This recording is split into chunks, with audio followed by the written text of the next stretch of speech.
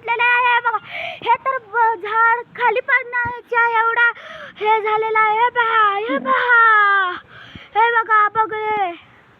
खूप डेंजर वारा कावदाळ सुटलेला आहे आणि पाऊस येणार आहे. हे पहा,